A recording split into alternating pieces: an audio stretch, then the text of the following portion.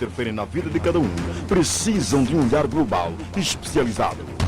Sua Excelência Presidente da República já disse que esse ano vai ser um ano superavitário e significa dizer que aquilo que os professores universitários estão a exigir é possível de ser cumprido. Não deve haver, em regra, repressão sobre o direito à manifestação, por ser direitos fundamentais, constitucionalmente consagrados, cujo a todo cidadão é assistido esse direito. Num dia ganha-se, no outro dia perde-se. É preciso saber estar em democracia. Prova dos factos. Rádio Despertar. A vitória da liberdade.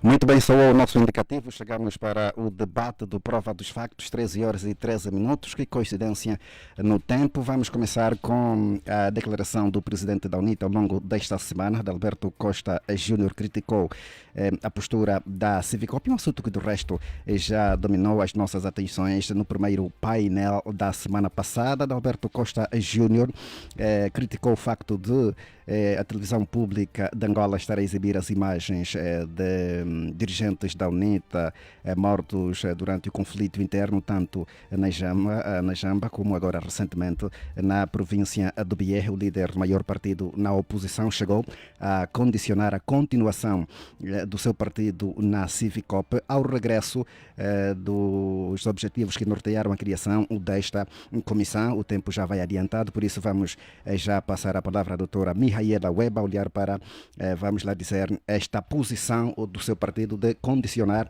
a continuação na Civicop ao regresso ao papel pelo qual esta comissão foi criada. Ora bem, antes de mais, muito boa tarde, caro jornalista, boa tarde aos ouvintes da Despertar, boa tarde extensivo também aqui para os colegas do painel. Relativamente a essa questão da UNITA ameaçar abandonar a comissão, devo dizer que a UNITA tem toda a legitimidade de estar ou não estar ali onde entende que deve estar ou não deve estar. É uma decisão que só a ela compete e o presidente da UNITA, enquanto representante máximo deste partido, juntamente com o seu comitê permanente, podem decidir deixar de participar na Civicop. E penso que Adalberto Costa Júnior vem publicamente dizer isso porque entende que a Civicop foi criada para um determinado objetivo, e esse objetivo está a ser, eu diria, adulterado. E digo isso porque de acordo com tenho aqui um despacho do Presidente da República que decide criar esta comissão. Exato. E basicamente no preâmbulo diz o seguinte: havendo necessidade de criação das premissas regulamentares necessárias à efetivação da lei, e estamos a falar da lei da certificação de óbitos das vítimas dos conflitos políticos que a Assembleia Nacional aprovou, o Presidente da República entendeu fazer este decreto que estabelece determinadas regras, determinados princípios para a atuação desta entidade. Entretanto, há um outro despacho do Presidente da República, que é o despacho 73/2019, de 16 de maio, que a dada altura, no preâmbulo, o Presidente da República diz o seguinte: convindo instruir um mecanismo para a promoção da auscultação e de um diálogo convergente no sentido de se assegurar a paz espiritual da sociedade face a episódios do passado na convivência nacional, que possam perturbar a unidade e o sentimento de fraternidade entre os angolanos, e é isto que faz o presidente criar então esta comissão e exigir que se faça um plano de ação para homenagear as vítimas dos conflitos políticos. Ora, quando nós verificamos que esta comissão, que tem uma comissão técnica, que, de acordo com a legislação, deve trimestralmente elaborar um relatório e nunca o fez, deve anualmente elaborar um relatório e nunca o fez, ficamos com a sensação de que alguns estão a pensar que as regras só são para um lado e não são para todos. Quando houve a ida a Jamba e ao Quemba, Bié, exato, verificou-se e as pessoas começaram a perguntar, pelo menos os membros que pertencem à UNITA, que fazem parte da Civicop, foram informados? E a resposta foi não. Não foram informados. Estiveram no local? A resposta foi não. Não estiveram no local. Então, do género, tudo aquilo que a televisão pública e a TV Zimbo apresentaram, fere efetivamente esse espírito de irmandade que constam dos diplomas que o Presidente da República recorrentemente foi autorizando para dar corpo à Civicop.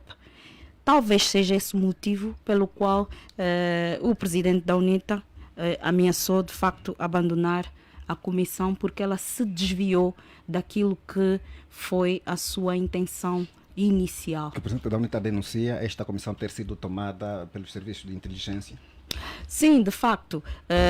É curioso que quando temos o diretor dos serviços de inteligência a ir ao terreno fazer parte da comissão técnica de escavação e dizem que isso é normal porque ele tem que verificar essas situações, a resposta que temos para dar, se ele vai, tem de ir acompanhado com os outros que também fazem parte da Civicop.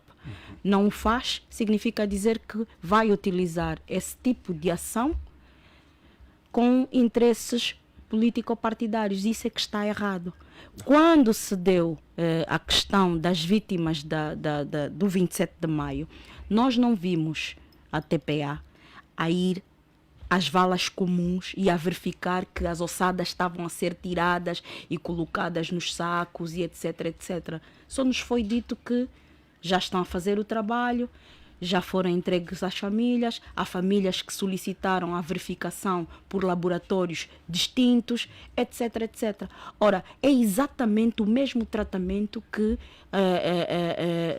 a UNITA está a exigir desse processo. Portanto, não pode haver dois pesos e duas medidas. Está certo. Doutora Aniceto Cunha, agora consigo esta posição do Presidente da UNITA, a denúncia mesma de que a Civicop desviou-se do objetivo que esteve na base da sua criação e caso não retome este objetivo, a UNITA vai deixar de se fazer representar nesta comissão. Boa tarde, senhor jornalista. Boa tarde aos colegas de debate. Antes gostaria de agradecer o convite que foi formulado pela direção central do meu partido, MPLA, e sem esquecer de estender o meu boa tarde aos ouvintes fiéis da Rádio Despertar. Bom, a questão que me coloca, ou seja, o primeiro assunto, né, porque ela tem mais uma característica de assunto, que é precisamente de refletirmos o discurso feito pelo presidente do partido UNITA, do qual eu fiz alguns resumos, né? Primeiro é que ele terá se pronunciado num período de 20-20, ou seja, 20 minutos e 20 segundos. Durante a apresentação do seu discurso esteve nervoso, e via-se, né, que, portanto, a forma como se apresentava, ele lia algo que não foi ele que escreveu e que muitas das quais não se revia. Muitas das quais, ou das coisas que falava, não se revia. é um discurso que peca pelo tempo, porque foi uma reação, como parece que não têm recebido informações dos seus representantes dentro da CIVCOP, porque é uma reação que vem 10 dias depois, que achamos que há outras nuances, parece que aguardou-se por alguém que deveria determinar. Aliás, muito já se tem mostrado que a UNITA tem estado a seguir um plano que parece que há uma liderança externa. Viu-se também que durante a apresentação do discurso o presidente Adalberto não demonstrava um equilíbrio psicoemocional. Ele é descontextualizado, né? Quando o presidente Adalberto da Costa Júnior pergunta se o governo quer substituir os tribunais, e ele perguntava a todos os cidadãos se quer com isso julgar os líderes Agostinho Neto, Alden Roberto e o Dr. Savimbi. Portanto, esses estão e serão sempre permanentemente julgados pelas histórias. Penso que os seus assessores não terão tomado conta disto, que não cai bem para uma figura do nível do presidente. Penso que o outro elemento, não há nenhuma relação, como ele queria mostrar, não há nenhuma variável, nem conotativa, nem denotativa, de impedimento da intenção que o Partido UNITA tem de apresentar uma proposta e depois ser formalizada pela Assembleia. Não há nenhuma correlação. Primeiro estamos a falar de um ato... da destituição? É um ato que se pretende, é uma intenção que será eventualmente materializada na próxima legislatura, com um facto histórico ocorrido durante o período de conflito armado. Portanto, não há... Ano parlamentar. É ok. 2027. Próximo ano parlamentar. Obrigado pela dica. Portanto, não há nenhuma correlação histórica. Ou seja, se um elemento é do presente com ações imediatamente no futuro próximo, com uma correlação histórica. E aqui salta-nos à vista a incapacidade da gestão de elemento histórico. Claro que não agradam a ninguém, tratar-se de morte, enfim, é sempre algo desconfortável, mas ele é necessário porque tem que ver com um período histórico que vivemos e ele é real. Essas pessoas pereceram nas condições que pereceram e que os seus familiares pretendem fazer os seus lutos, pretendem enterrar os seus mortos, porque para os africanos isso tem um outro significado. Aqui mesmo, nessa casa de rádio, num dos programas, ou em vários programas, tem-se debatido as questões do 27 de maio e que têm sido tratadas de forma nua e crua. Eu tive a oportunidade de ser um dos convidados num dos programas que falou sobre isso e que, inclusive, a UNITA convidou, portanto, um dos filhos, né, de uma das vítimas, de um dos altos comandantes, aparecido também, digamos, no 27 de maio. Agora, eu não sei porquê que a UNITA tem, digamos, alguma vergonha em encarar com a naturalidade que se impõe os acontecimentos nas áreas geográficas, né, em que ela teve as suas responsabilidades. Que vergonha, nós hoje temos os episódios, aliás, o livro A Pulga em Angola chama a atenção também os líderes da oposição que realizaram os seus pequenos 27 de maio. Estamos a lidar com um passivo e não se percebe como é que um passivo histórico e real, cujos muitos dos autores estão vivos, aqui mesmo na Sovismo. Eu tenho sido permanentemente consultado por pessoas, filhos, familiares, de que gostariam de encontrar, digamos, alguma explicação. Essas pessoas gostariam de morrer perdoadas e perdoando, né? Porque estão com essa mágoa ainda. Nós, por exemplo, né, eu tive acesso de informações que muitos dos familiares das 40 bruxas queimadas, né, e que contaram o episódio, que naquela altura elas foram obrigadas a beber o coquetel. Eu também perguntei o que era o coquetel. Era uma espécie de misturas de bebidas tradicionais. Que na altura ela tinha 5 anos, ou elas tinham menos de 10 anos, um grupo de meninas que tiveram que uma espécie de tirar o feitiço, vomitar. Portanto, essas pessoas vivem traumatizadas, essas pessoas aguardam por alguma explicação. E eu penso que é uma oportunidade com a criação da CIVCOP. Temos isso, nós não devemos nos envergonhar com o nosso processo histórico. Vou já terminar, Ilus, sei que está a ser pressionado. Não. Aliás, estou a ser pressionado pelo tempo, sim. Não é o mesmo tempo que deu a doutora Miaela, né? O doutor vê que estamos a cronometrar, mas pode avançar para a conclusão. Também não é bom que, quando são assuntos que não interessam a despertar, aqueles que abordam têm de ser permanentemente interrompidos. Não cai bem para a não se prática do preocupa, jornalismo. Não, isso preocupa-me, conclusão. sobretudo quando está no exercício um jovem. Tem também de afinar as tuas competências técnicas. Obrigado. Bom, como dizia, nós assistimos, e eu tive a oportunidade de ter o discurso completo do presidente. Aquilo não é um perdão sincero. Não é um perdão sincero. É um pedido de desculpas sem respeito às pessoas. Se respeitarmos as pessoas realmente, vimos que aquilo não representou um pedido de desculpa. E penso que o doutor, que o engenheiro em dúvida, né? Que o presidente Adalberto da Costa Júnior, tenha calma, vou terminar. Solicitar a opinião dos outros. Não, vou terminar a minha introdução, tenha paciência, por favor. Voltar assim, não, gostaria de terminar para não perder o coisa, pronto, né? então, para a conclusão. Porque, portanto, aqui a UNITA da Costa Júnior já vai habituando um pouco a sociedade, que naquelas organizações onde não tem benefícios de direito econômico, financeiro e outros, né, materiais, enfim, ele não sente a responsabilidade da representação da UNITA. Vimos a saída da Jura do CNJ e, portanto, a saída da UNITA da CIVCOP não iria surpreender ninguém. Para concluir mesmo, o presidente terá dito que o Dr. Savimbi terá pedido desculpas. Não, isso não é verdade. Em alguns discursos, o Dr. Savimbi assumiu os passivos resultantes da morte e dos conflitos dentro da UNITA, como responsável máximo, claro.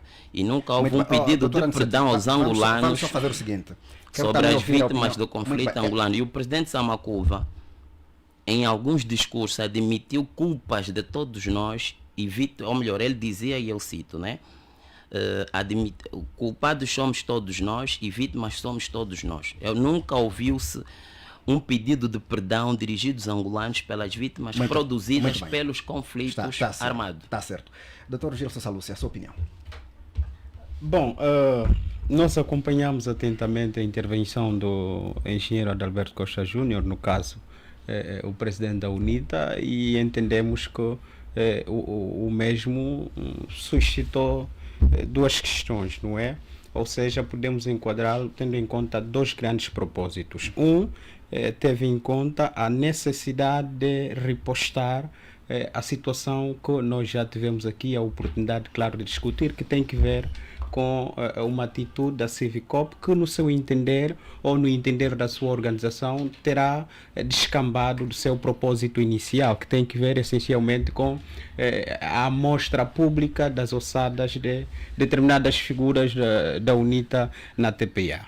Portanto, eu penso que esse foi o primeiro grande propósito da intervenção do engenheiro Adalberto Costa Júnior. Do outro lado, penso eu que tentou apelar à necessidade de se regenerar esta organização, no sentido de que ela busque ou retome aquilo que ele chamou de lugar, ou seja, aquilo que é o lugar efetivo para o qual a organização foi criada, no sentido de que a mesma estará a se desviar do foco que tem que ver essencialmente com a necessidade de se buscar um espírito que visa o perdão, a necessidade, claro, de se imprimir o sentimento da reconciliação nacional.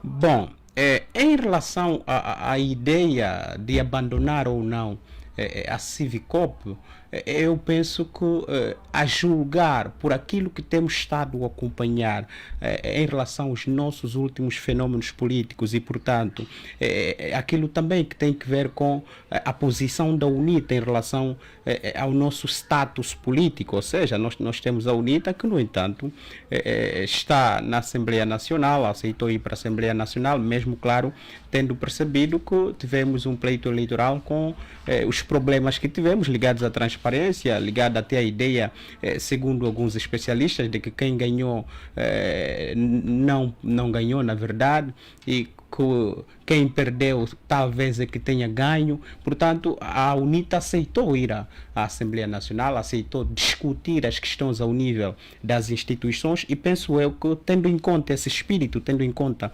essa ideia, era bom que a UNITA procurasse, claro, os meios possíveis, as alternativas possíveis ao nível institucional, que, claro, procurassem dar cobro a esta situação e não efetivamente abandonar esta comissão.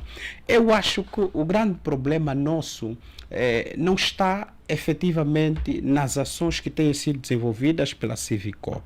Eu penso que o nosso problema é embrionário. A forma como a Civicop foi criada e, claro, os elementos constitutivos da Civicop. Até o engenheiro Adalberto Costa Júnior chegou a fazer uma comparação com aquilo que foi a Comissão da Verdade na África do Sul, que, claro, procurou também resolver o passivo que os sul-africanos tiveram em relação ao apartheid. A sua visão foi de que, caso a Civicop não funcione, pudesse avançar para a Comissão da Verdade. Sim, essa foi, portanto, a intervenção de Adalberto Costa Júnior. Adalberto Costa Júnior entende que se calhar era preferível que fôssemos para uma comissão da verdade, mas é claro que os sul-africanos tiveram as suas particularidades e nós também tivemos as nossas especificidades relacionadas ao nosso conflito, relacionadas, claro, ao nosso passado comum.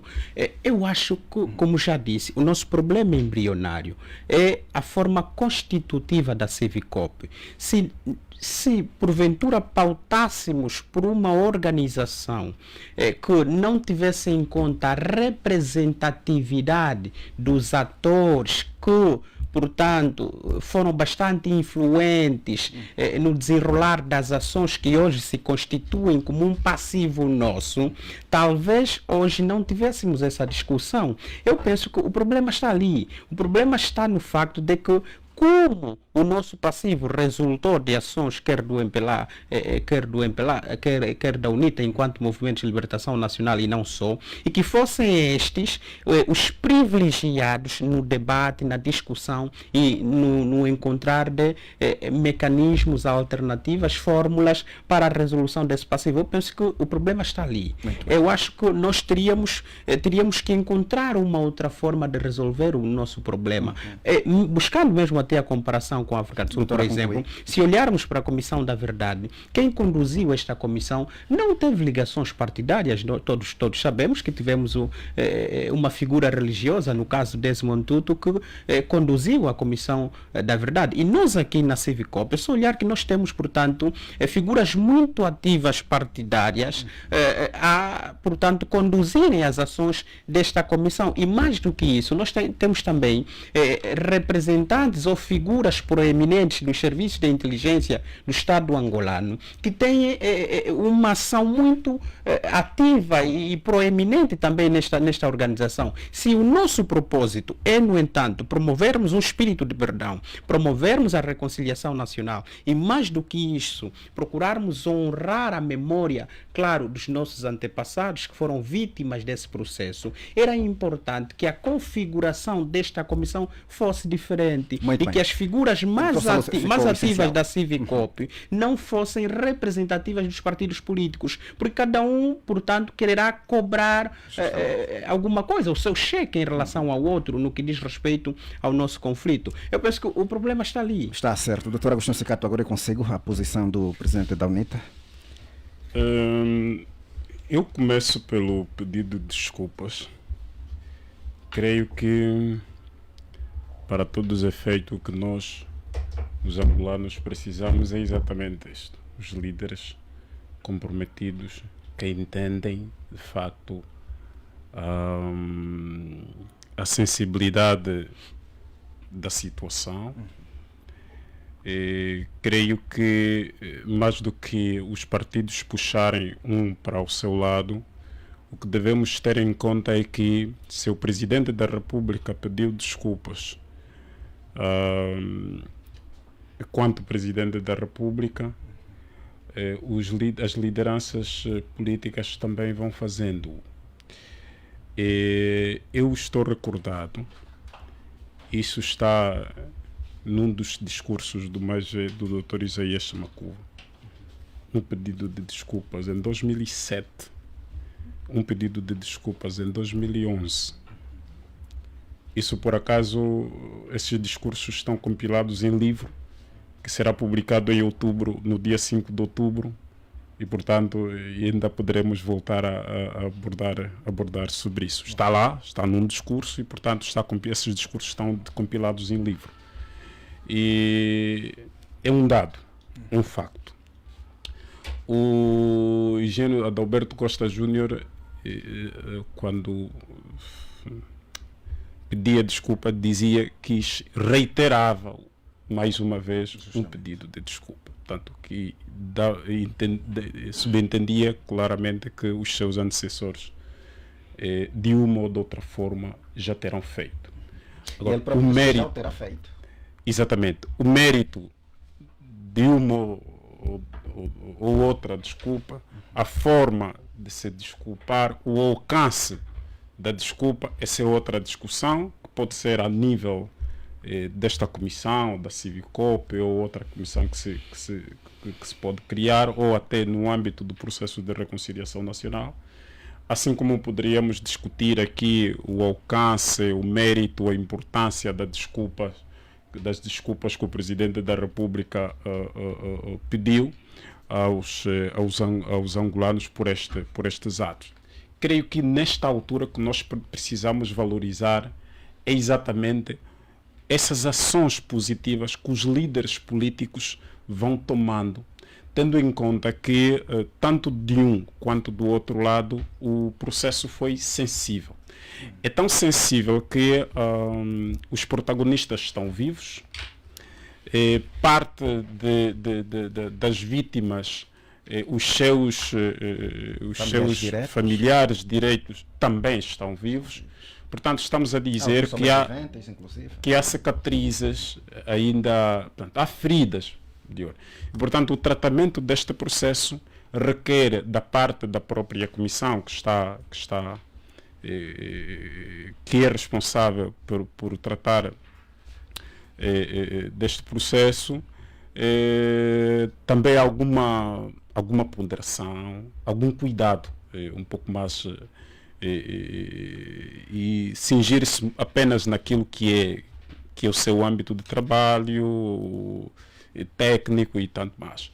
De qualquer modo, nós estamos num processo delicado, um processo de reconciliação nacional. Portanto, nós ainda não estamos reconciliados. Isso é uma verdade. Temos que convir também que nós só tivemos a paz ainda em 2002. E, portanto, é um processo, de facto. O processo de reconciliação leva algum tempo. E temos de perceber que, nesta altura, não interessará aos partidos políticos e não interessará a nenhuma das partes que esteve na contenda, não interessará a ninguém levantar fantasmas. Nem interessa ao MPLA levantar fantasmas da UNITA, nem interessa à UNITA levantar fantasmas do MPLA. Pelo contrário, vão se atiçando a ira e depois podem-se levantar outras situações que podem não ajudar até na boa convivência dos cidadãos. E, portanto, o que pode-se pedir a esta comissão é exatamente que faça o seu trabalho, de facto, no âmbito daquilo que está estruturado no seu regulamento, na sua composição, e cada um executa as suas tarefas, mas tendo em conta sempre a responsabilidade que têm. E eu digo responsabilidade que têm, de modo particular, entidades ligadas aos partidos políticos, que estamos a lidar de processo que está a tratar de reconciliação nacional, que nesta altura já não interessará quem matou quem. já não interessará quem queimou quem, já não interessará quem é o pai dele foi aonde. O próprio trabalho da Civicop, que eu estou a acreditar que tem um deadline, não é? Pronto, tem um cronograma de trabalho, tem uma agenda específica, tem um objetivo. Portanto, o próprio trabalho em si vai exatamente definir isto tudo. Muito bem. Portanto, se o objetivo é, para concluir, se o objetivo é aquele que a doutora Miaela Weber leu naquele decreto do Presidente da República, e, portanto, vamos todos trabalhar, todos mesmo, incluindo os que estão aqui nesta altura, nesse estúdio, vamos todos trabalhar para que aquele objetivo seja alcançado. Muito bem. Portanto, vamos contribuir para que aquele objetivo seja alcançado. Está certo. Pelo qual a Civicop foi criada. Doutora Weber, vamos fechar este assunto, mas solicitou a palavra o doutor Aniceto Cunha há instantes, refutou, enfim, o discurso de que o presidente fundador da UNITA já havia pedido desculpas, o presidente Isaías Samacuva, enfim. É normal que o doutor Aniceto não tenha conhecimento disso, porque na altura não deveria ter idade para tal, primeiro. Estamos a falar de 1994, a primeira vez que o presidente, salvo erro, 1994, a primeira vez que o presidente fundador da UNITA, Dr. Savimbi, pediu desculpas. Foi no Bailundo, foi numa conferência de imprensa, e há registros de jornalistas internacionais, sobretudo, que têm esse registro. Portanto, foi a primeira vez que o Dr. Savimbi pediu desculpas sobre os excessos da guerra para todos os angolanos. Na 16ª conferência, que foi em 2001, o Dr. Savimbi volta a falar da questão do passivo. E a forma como ele fala da questão do passivo da UNITA, aí só fala efetivamente do passivo da UNITA, ok? As pessoas que tiveram presentes nessa 16ª conferência assumem todas elas que foi efetivamente um pedido de desculpas por tudo o que aconteceu dentro da UNITA. Depois, o doutor Isaías Samacuva, já ouvimos aqui, no livro Paz, Liberdade e Democracia, há extratos desses pedidos de desculpa.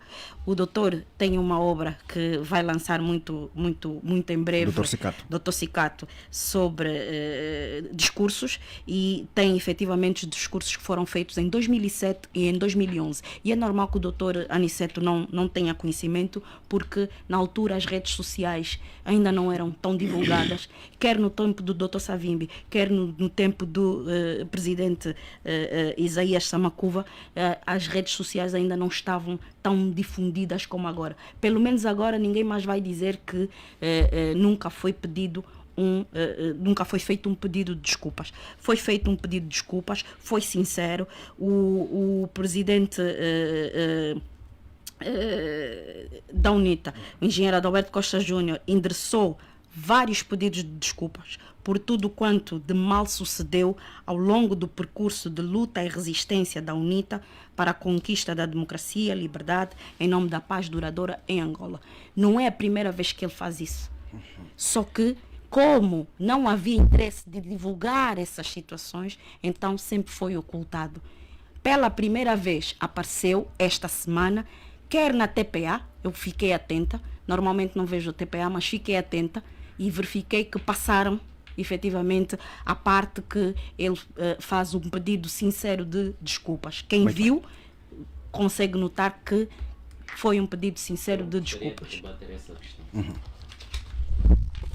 Bom, eu não vou cair na provocação barata da doutora, e até porque sei que enquanto académica já teve em bons momentos, mas pronto, é normal que ela assuma aqui alguma demência. E vou repetir o que realmente disse.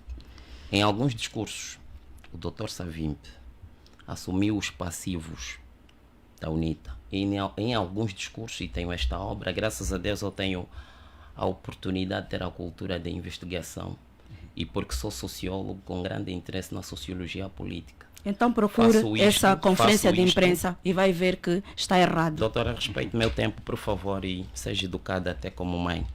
E que o filho, a exemplo que o filho, quando teve o seu tempo de antena, eu conheço essas táticas de quando há uma verdade que desinteressa, tem essas aplicações. Aliás, eu tenho... Quem recorre o insulto normalmente é fraco. Chamam-me aqui de demente. Portanto, a doutora chamou-me de infantil. Estou a Não, responder. só lhe Chamou-me disse de que- criança. Mas tudo Na bem. altura não tinha idade Atenção ao para outra vez. respeito. Eu estou a Está falar certo. agora, a doutora quer responder. Exato. Portanto, Então como estava a dizer dizia, que a assunção desta passiva não significava o pedido meu de desculpas. entendimento para a sociedade no geral e para quem acompanhou o discurso, onde o presidente com algum cuidado quis transmitir que já tinham sido feitos, e deve-se respeitar a interpretação de qualquer um. Ele dizia que reiterava os pedidos feitos por já 3 dirigentes. 4. Faltou o Quatro, general exato. Gato, que também fez pedido na qualidade de Podemos coordenador contar? da comissão de Eu estou a gestão da dizer que UNITA. já tinha sido feito por 3 e ele reiterou. 4, quem é o quarto? Ele próprio. Ele Eu próprio. estou a dizer que ele reiterou o pedido já feito por Ah, 3 ok. dirigentes Tá certo. da Muito UNITA. bem. Vamos avançar. Doutora, para tem de concluir. controlar a Mas, emoção. Eu não. Estou no uso da palavra. É assim. Eu tenho o tristes memória da Rádio Despertar. Eu sei que se não me desligam o micro, depois fecham os programas. Então Mas eu o seu gostaria de microfone ser. está ligado. Felizmente, eu gostaria de ser Então, o vamos mais continuar cauteloso para para entrar. concluir a sua Portanto, ideia. como dizia. Aqui nós entendemos que durante o pedido o ato de pedido de desculpas, e aqui está sim a repetição, nunca é num período, e quero que compreendam, nunca é num período para um ato como tal. O elemento comum destas lideranças é e sempre foi permanentemente em outros assuntos, e há um trecho, é aqui onde eu dizia, nunca foi um ato para pedir desculpa como tal, assim como este último pelo quarto líder da UNITA, usar essas expressões. Portanto, quer dizer que a sociedade e as pessoas mais visadas não encaram como um ato de pedido de desculpa, e a olhar para a forma como o último ato foi feito, foi um pedido de desculpas sem respeito às pessoas, porque você quer anunciar a saída de uma comissão e que quer que se fale com verdade. Quando se usa uma verdade, ofende as pessoas que querem sair. Aqui onde é que está a reflexão? Portanto, se você realmente quer pedir desculpa pelo um facto, não tem razões para justificar. Isso é básico, é da educação. Portanto, eu tenho liberdade de interpretar, e a questão que se coloca é: por que é que a UNITA, por exemplo, também não sai das organizações que têm dinheiro, que recebe dinheiro, que têm benefícios de direito? Comissão Nacional Eleitoral, a ERCA, os tribunais, o Parlamento. Portanto, a questão que se coloca, e porque o presidente Adalberto disse que qualquer cidadão pode responder a essas questões, e eu estou no meu direito do dever de cidadania. Então, a questão que coloco também ao presidente é: até quando é que a UNITA vai continuar a fazer chantagens com esses elementos? Doutora, concluir? Para avançarmos. Pedro, o tempo não deixa para tanto. Depois permita-me só alguns segundinhos. A outra Sim, sim. questão Mas também, a concluir mesmo, doutora Aniceto. quando se elege temas polêmicos, tem que se ter a capacidade de interpretação, que também o tempo da narração será maior. Eu acho que eu trouxe elementos para sustentar as minhas afirmações. Gostaria de que não fosse permanentemente interrompido. Mas não haveria tempo para falar tudo que nós Não é pensamos, tudo, é doutor. o resumido. Então é o resumo que estamos a solicitar. A para outra concluirmos. questão que se coloca é que a UNITA não sabe a composição da CIVCOP. A UNITA não sabe a função do general Miala na CIVCOP.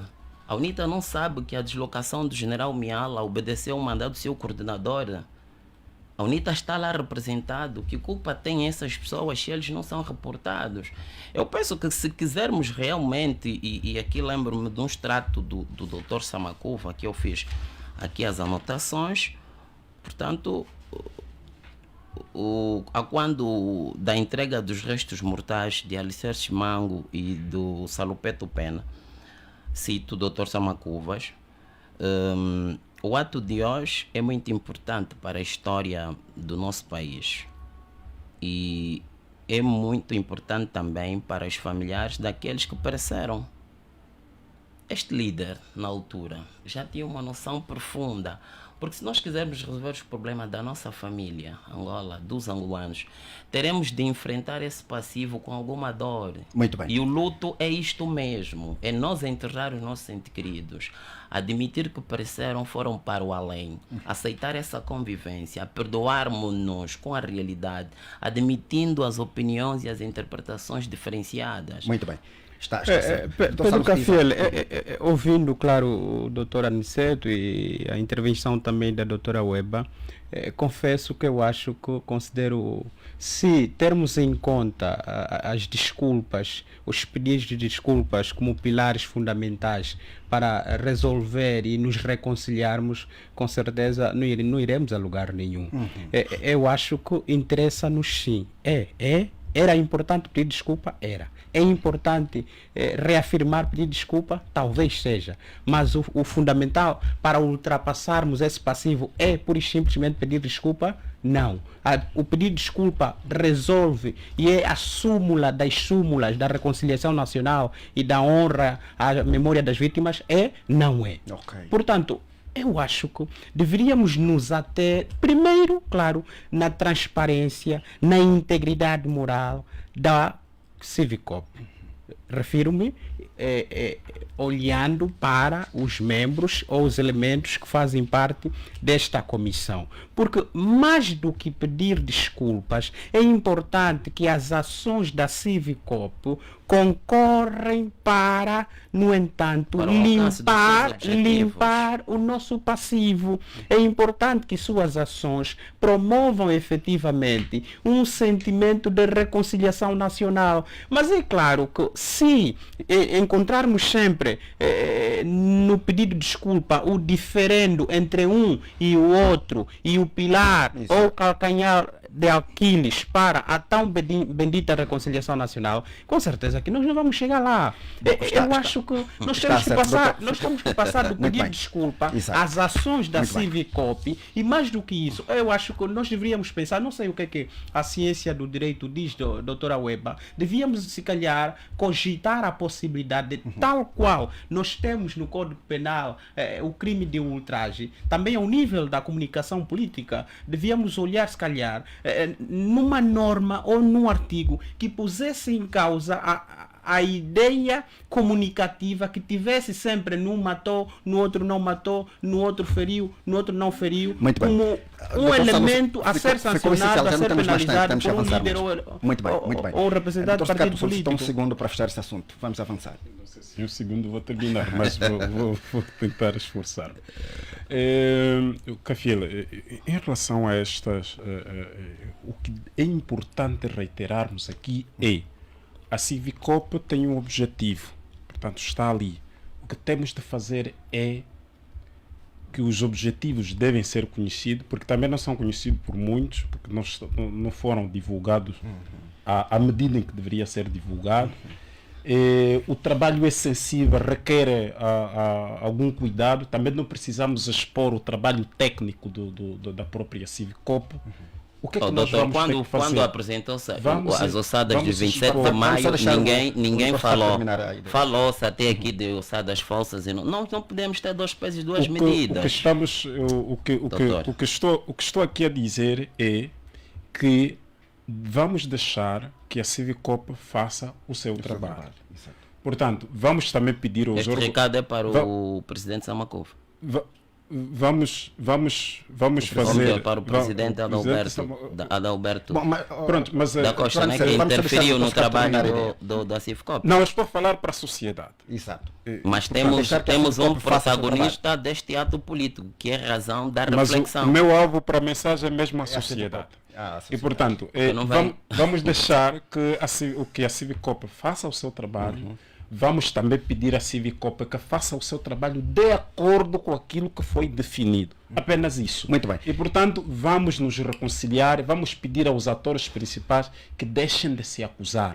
Não terá sentido as acusações, e porque ninguém vai ganhar nisto. Muito bem. Ninguém vai sair vencedor se acusarem mutuamente. Ninguém. E eu quero pedir às lideranças, hoje, mais uma vez, quero pedir ao general João Lourenço e ao engenheiro Adalberto Costa Júnior, os dois senhores, se me puderem ouvir, por favor, encontrem uma forma de encontrarem-se. Precisam conversar e um dos temas deveria ser também sobre a Civicop. Muito bem, É muito importante. ficou essencial.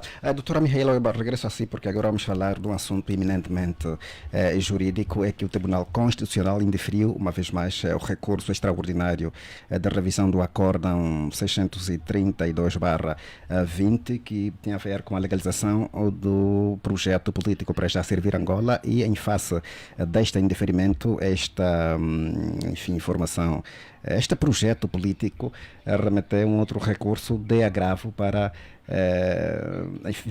contrapor esta decisão do Tribunal. Ora bem, de facto ficamos a saber esta semana que no dia 28 de agosto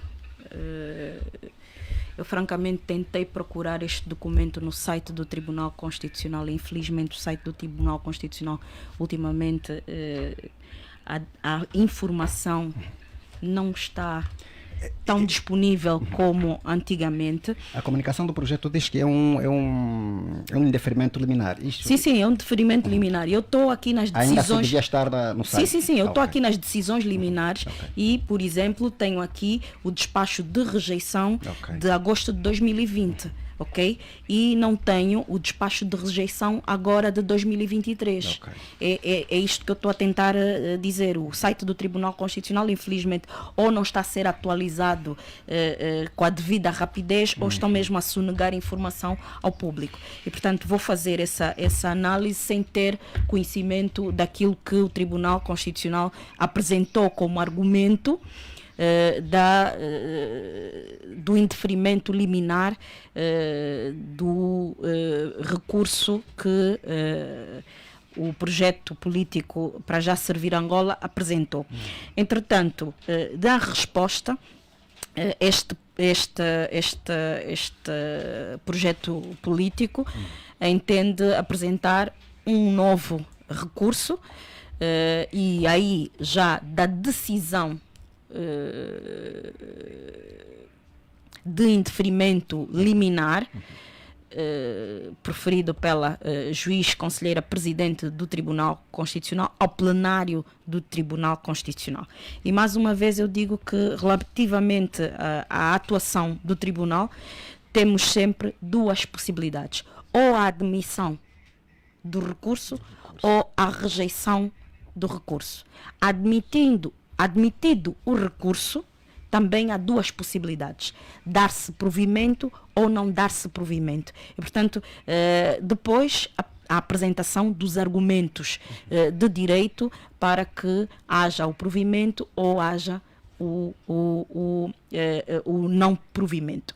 E, portanto, sem ter isso, eu nesse momento não estou em condições de fazer uma análise daquilo que efetivamente foi a resposta do tribunal, porque eu vi nas redes sociais um documento que esteve a rolar pelas redes sociais. Não sei se aquele documento é autêntico, não sei se vocês, a nível da rádio, conseguiram verificar e falar e contactar com o Tribunal Constitucional para saber se aquele documento é efetivamente autêntico, mas pela reação que o projeto político para já servir Angola teve, acredito que efetivamente possa ser autêntico aquele documento. E a questão é precisamente esta: o recurso anterior, este indeferido liminarmente, era já extraordinário. Sim. E agora recurso de agravo.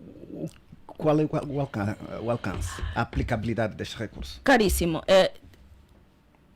eu estou a recorrer para um tribunal. E este tribunal, a pessoa que o representa, decide indeferir liminarmente o meu recurso. Com um argumento que eu não concordo com o mesmo. Estou a dizer isso em miúdos, para as pessoas perceberem o que é que está em causa. Então, eu vou recorrer a uma instância que me permite que o meu recurso seja ou não admitido. E, nesse caso, é o plenário do Tribunal Constitucional. O que é o plenário do Tribunal Constitucional? É o conjunto dos 11 juízes conselheiros do Tribunal Constitucional, onde a Presidente também faz parte e, em caso de empate, tem voto de qualidade. Ou seja, ela é que desempata. E, portanto, é para este órgão que agora este projeto para já servir Angola está então a fazer recurso. Está certo, vamos então aguardar Foi o o que eu desenrolar. entendi. Muito bem. O desenrolar deste assunto, doutora Aniceto Cunha, consigo este recurso. Diga. Essa seria a sua visão então. Está sempre inquieto, mas tudo bem. Bom, penso que o primeiro que devemos ter aqui é que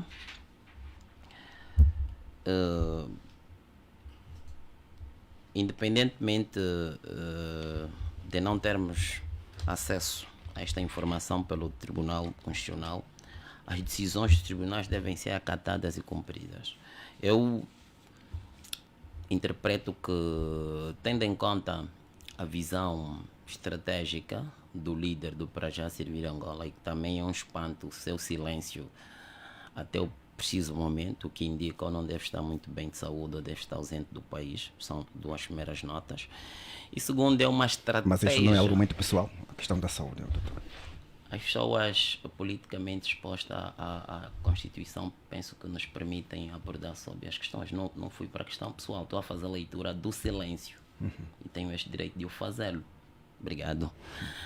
Eu penso que isso assenta em duas estratégias, né? A primeira tem que ver com o ganhar o tempo, porque sabendo nós que o projeto Servir Angola tem adeptos e que há um grande número de cidadãos com personalidade jurídica, né? Ou melhor, com capacidade eleitoral, que seguem este líder. Ele quer ganhar tempo, porque ficou claro que ele tem a intenção de se desfazer-se do projeto, como é o nome desse projeto, que juntou a UNITA Está-se a referir à FPU. Ok, a FPU, muito obrigado. Ele já demonstrou intenções claras que vai desfazer-se da FPU. E para ganhar tempo, ele sabendo que era quase que esperado que o Para Já tivesse, né, ganho essa luta jurídica ou judicial, ganha este tempo para que consiga se manter a nível do mercado político interno e para que o seu projeto continue a ter a força viva, né, pela qual integrou o mesmo projeto. E com o tempo, o que é que ele fará? Uma outra visão. Ou ele terá que comprar um partido político já existente e devidamente legalizado, não é? Ou então terá que se filiar, digamos, e como sabemos, ele não quer ter, digamos, uma submissão, e este é o mesmo motivo da sua inquietação, está dentro da FPU, mas não ter um instrumento político de luta para o alcance não do poder, mas dos seus objetivos, como ficou marcado em várias fases. Esta questão do tempo ele releva, só que a segunda questão é que ele não está a dar conta, é que o mesmo tempo concorre contra si. Primeiro, o próprio tempo, fator idade, fator contexto, as dinâmicas novas, sociais e políticas. Portanto, ele tem de ter em conta que serão fatores que estarão diretamente contra ele. Aliás, o tempo não perdoa. E eu penso que alguém na casa dos 70 anos, né, nesse período e fora de uma organização política, a sua manutenção deve ser refletida de uma outra maneira, não por estes caminhos em que ele está a trilhar, que será mais danoso e, portanto, poderá custar muito para a sua imagem futuramente. Está certo. Doutora Gustavo Secato, esta questão da legalização do Para Já Servir Angola está a ser um caminho longo. Infelizmente, está a ser. Digo infelizmente.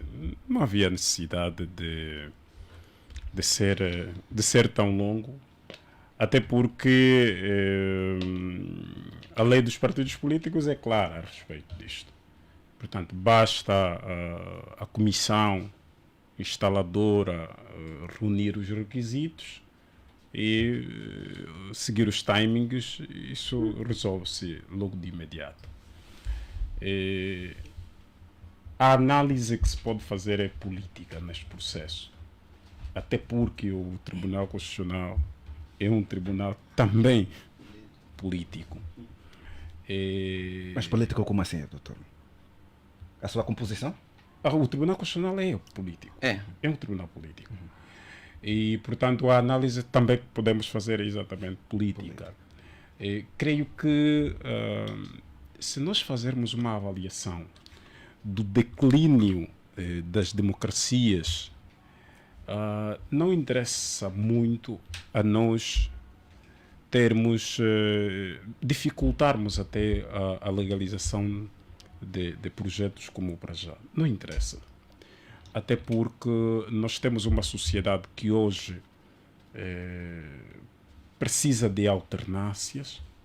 Eu, quando digo alternâncias, a sociedade hoje, em função da sua evolução, precisa de outras escolhas. Nós temos uma sociedade que foi habituada a escolher a UNITA, a escolher o MPLA, a escolher a FNLA durante algum tempo. Depois tinha de escolher o PRS, escolher o PDPANA, escolher outros. E outros depois foram morrendo ao longo desse período. Há esta necessidade de se conferir o direito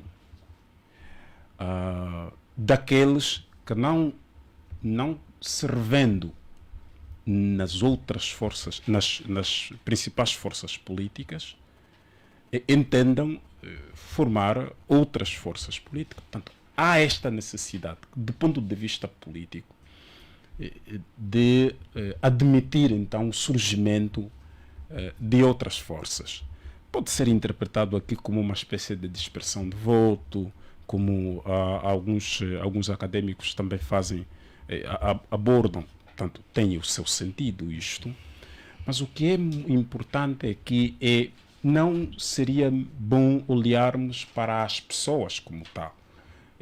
Não poderíamos analisar o Para Já na pessoa do líder, assim como não poderíamos analisar os outros partidos na pessoa dos seus líderes. Claro, são eles os principais motores das estruturas, mas é importante olhar para o futuro. Nós temos um futuro daqui a 50 anos, daqui até 30 anos. Como é que isso será? Como é que Angola será do ponto de vista político? Está certo. E portanto, há esta necessidade de nós pensarmos também nos direitos políticos, os direitos civis destes cidadãos Doutora, a concluir? que vão viver neste período.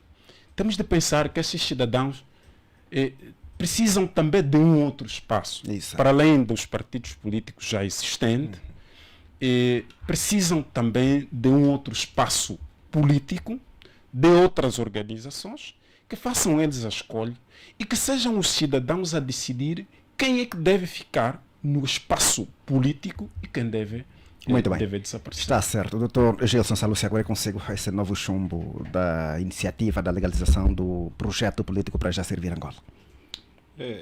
Quem olha para essa questão, quem tem estado a acompanhar, portanto, esse dilema do Para Já Servir Angola, perceberá que não existe uma outra razão que não seja política, né? Porque se olharmos para os acordos anteriores que deu aso a um recurso extraordinário, perceberemos que do ponto de vista da fundamentação jurídica, constitucional e não só, algum vazio estava patente, portanto, na decisão do Tribunal Constitucional, né?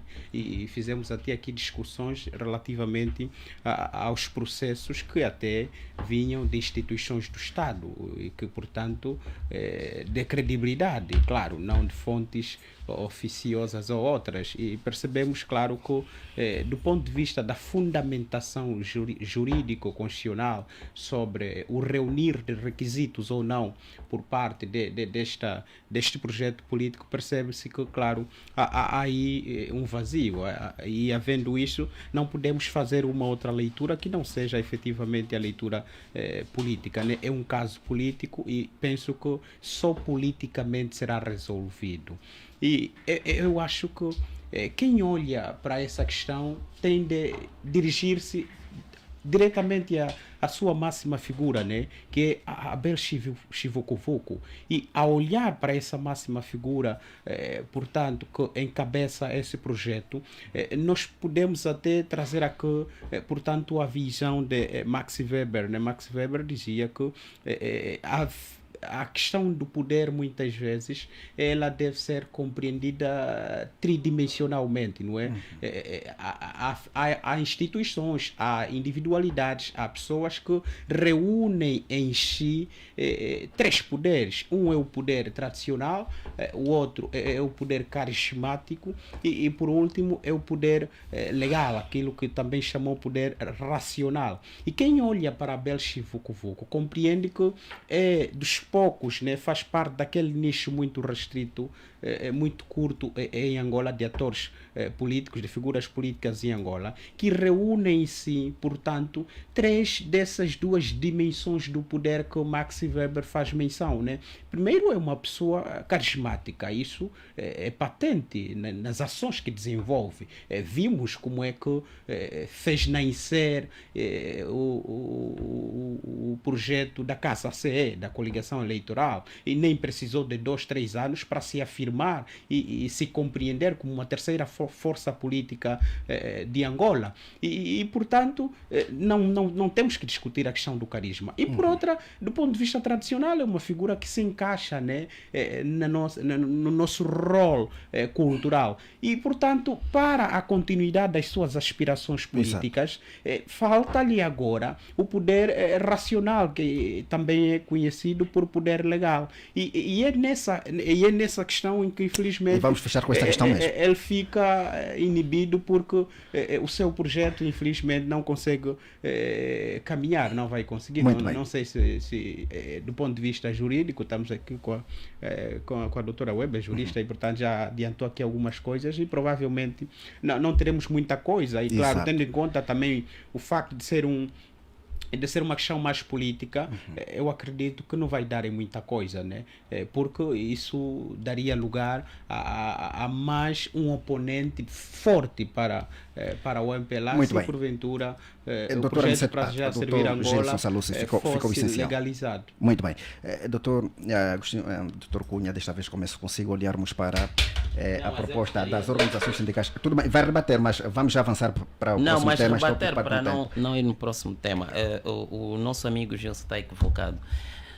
O último é precisamente o maior por reunir legitimidade e legalidade. Portanto, e muito dizer bem. que Então, ele não está fora, digamos, dos oponentes do MPLA. Ele é tão somente a segunda figura na lista dos deputados eleitos pelo Partido da União. muito bem. Então ficou essencial. Mas, agora sim. enquanto parte de uma Salucci, organização política, mais. enquanto parte da UNITA, não de forma individual, Ok. conduzindo um projeto seu. Aí tu Está- tinhas em que falar particular. das ambições dos Está indivíduos certo, que se está reuniam. certo. Há um minuto, na vertente de Max Weber, né?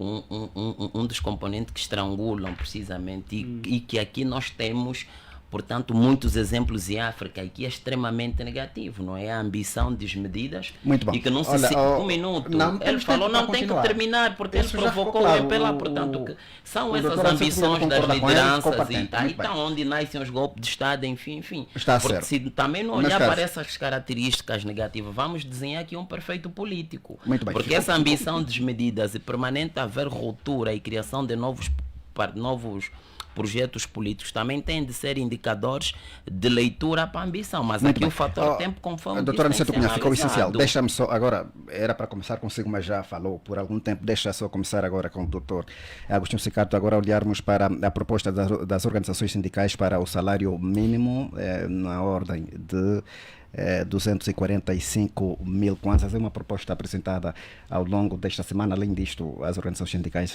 propõem também que o governo implemente subsídio de desemprego, enfim. É uma exigência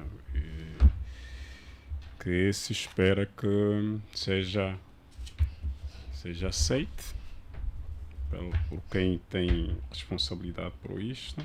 Aliás, as organizações sindicais existem exatamente também para isto. Mas vamos olhar para o quadro concreto, para a nossa realidade.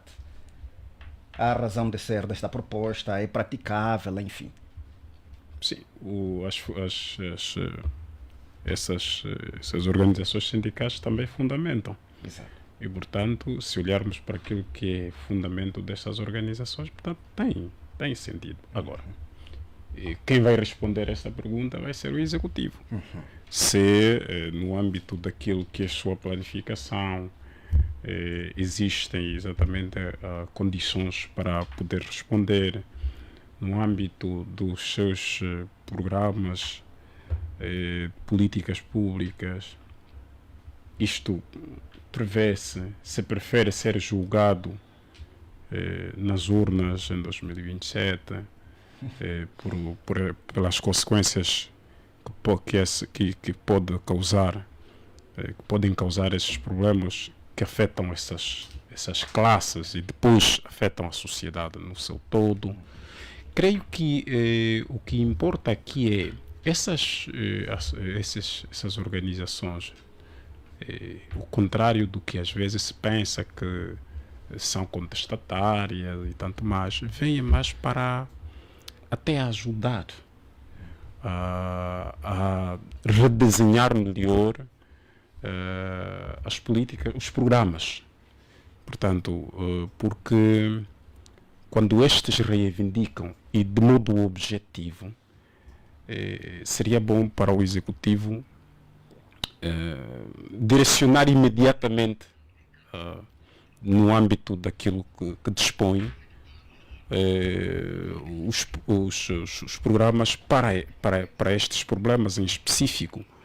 Porque nós também, e esse é o problema nosso maior no país, tem a ver com os estudos. Portanto, os grandes problemas que nós temos sociais visam exatamente o surgimento de planos errados. Portanto, nós temos planos completamente errados e que na maior parte das vezes concebe-se um plano, implementa-se num ponto e a necessidade está no outro. E, portanto, mas essas organizações, quando apresentam essas reivindicações, indicam até caminho. Justamente. E, portanto, é destas organizações que têm a responsabilidade de execução, que têm a responsabilidade de planificar, deve-se ater os seus relatórios, mesmo as reivindicações, as suas propostas. Portanto, terem isso em conta, estudar com estas organizações. Por exemplo, mais do que ver esta aqui como mais uma contestação, é chamar essas organizações. O que é que falta? Portanto, como é que podemos fazer? Vamos ainda discutir.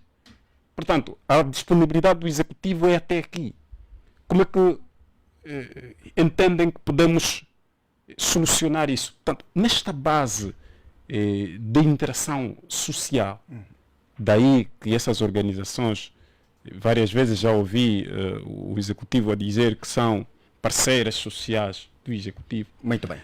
Surge exatamente para isto. Portanto, é apenas isso que muito bem. Se me oferecia. Agora, se é aconselho o Dr. Aniceto Cunha essa proposta das organizações sindicais de fixar o salário mínimo em 245 mil kwanzas e o subsídio de desemprego, sem prejuízo de falar de outros pontos constantes do caderno reivindicativo. Penso que será uma questão legítima que assiste o sindicato e acredito que ela foi feita na base da atual realidade social, se termos em conta a crise cambial que vivemos e, consequentemente, a perda da capacidade de compra das famílias, né, que são suportadas pelos seus parentes que representam as empresas, organizações, enfim. Nós acreditamos que esse incremento é uma opinião, contrariamente ao que diz o Dr. Cicato. Eu penso que o Executivo compreende, sim, que essas organizações sindicais são necessárias, daí mesmo a sua existência, não só através de diplomas legais, mas também do ponto de vista real, e praticam as suas ações. E esta é precisamente a reflexão ou a consequência de uma das ações que elas praticam.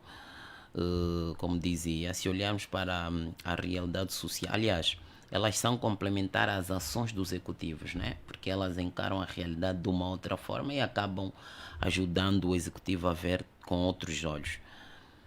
Regressando à questão, penso que uma das consequências será a reflexão e faça aquilo que é a nossa realidade econômica, penso que sim, necessita-se do incremento. Não sei se há ou haverá capacidade para tanto, dos 30 e tal mil para 250. A ministra tem tentado a nos dizer que o nosso orçamento é uma espécie de manta curta. O que significa dizer a manta curta no sentido figurado. Quando tu vais cobrir a cabeça, os pés ficam descobertos, e se cobris os pés, então as mãos ficam fora. Penso que também é uma questão que o sindicato deveria olhar para a realidade e, digamos, encontrar alguma ponderação. Mas pronto, né? Estão no exercício dos seus atos de legalidade e legitimidade. Agora vamos esperar então a reação do governo a quem foi dirigida essa proposta. Muito bem. Dr. Gissosa Lúcia, consigo olharmos para essa proposta das organizações sindicais? A atualização do salário mínimo para 245 mil kwanzas, contra 32 mil kwanzas e qualquer coisa. Para um país onde o salário mínimo são 32 mil kwanzas, assistir-se a um acréscimo na ordem, se calhar, dos mais de 250%, seria claro um milagre, não é? Mas, portanto, um milagre uma exigência. Não seria possível? Não é que não seja possível, né? É olhar pela distância, né? Entre o que é hoje, o que se espera que seja, né? E, portanto, fazer também uma correlação com aquilo que são, no entanto, as políticas públicas do próprio Estado relacionadas às questões sociais e portanto, aquilo que tem sido a comunicação do Estado no que dinheiro diz respeito, no que finanças diz respeito. Já disse aqui o Dr. Aniceto que nós temos uma manta que se você puxar mais para cima, os pés vão ficar descobertos. Se você baixar, a cabeça vai ficar descoberta. Então, é muito difícil numa situação equiparável a esta imaginar-se um salário na ordem destes valores. Mas, claro, é uma posição legítima, tendo em conta a situação em que o país vive, né? Muita coisa subiu, fruto claro, da inflação, fruto da pouca aquisição de receitas petrolíferas e não só. Era importante que, dentro das suas responsabilidades sociais e a olhar pelas suas tarefas fundamentais, pelas finalidades do Estado, promover o bem-estar social, garantir a justiça e criar mecanismos quer econômicos, quer ao nível social, de políticas que garantam o diminuir ou o reduzir, o expurgar das desigualdades sociais. Seria bom que o Estado fosse flexível, seria bom que o governo, portanto, acolhesse as reivindicações do sindicato e que pudesse criar uma autoestrada que permitisse o diálogo, uma autoestrada que permitisse uma reflexão conjunta sobre que caminhos podem ser feitos para se alcançar o equilíbrio, pelo menos. Claro, podem não ser os 245 mil kwanzas, né? Mas um valor próximo, um valor que permita que os trabalhadores saiam num ou noutro momento desse sufoco financeiro que vivem, tendo em conta a realidade econômica. Portanto, eu penso que é legítima a reivindicação. O que se pede é que flexibilidade, portanto, do executivo, no sentido de estreitar o diálogo para, dentro das suas responsabilidades sociais e no âmbito das finalidades do Estado, encontrar um meio termo que, portanto, satisfaça esta agremiação sindical. Muito bem. Doutora Mihaela Webb, essa visão, a proposta das organizações sindicais é de fixar o salário mínimo em 245 mil kwanzas. Antes de mais, eu gostaria de dizer que é um erro dizer-se que o nosso salário mínimo é de 32 mil kwanzas. 181,15 cêntimos, porque no setor da agricultura, que é o salário mínimo justamente baixo, o mais baixo em Angola, são 21.454 kwanzas. Portanto, para mim, o salário mínimo em Angola é este 21 mil. E, começando, devo dizer que, infelizmente, é o salário mínimo mais baixo ao nível da SADC. Este é de 21 mil kwanzas. Mesmo o de 32, é o mais ok. baixo da SADC. Nós temos, acho que, não sei de que dia é que foi, mas há um estudo de expansão de 2020 que vem mesmo dizer que a depreciação do Kwanza levou a que o nosso salário mínimo passasse a ser o salário mínimo mais baixo da SADC. E porquê? Porque nós confundimos aquilo que é aumento salarial de atualização salarial. Ora, o que as organizações sindicais estão aqui a exigir é de facto um aumento salarial. Okay?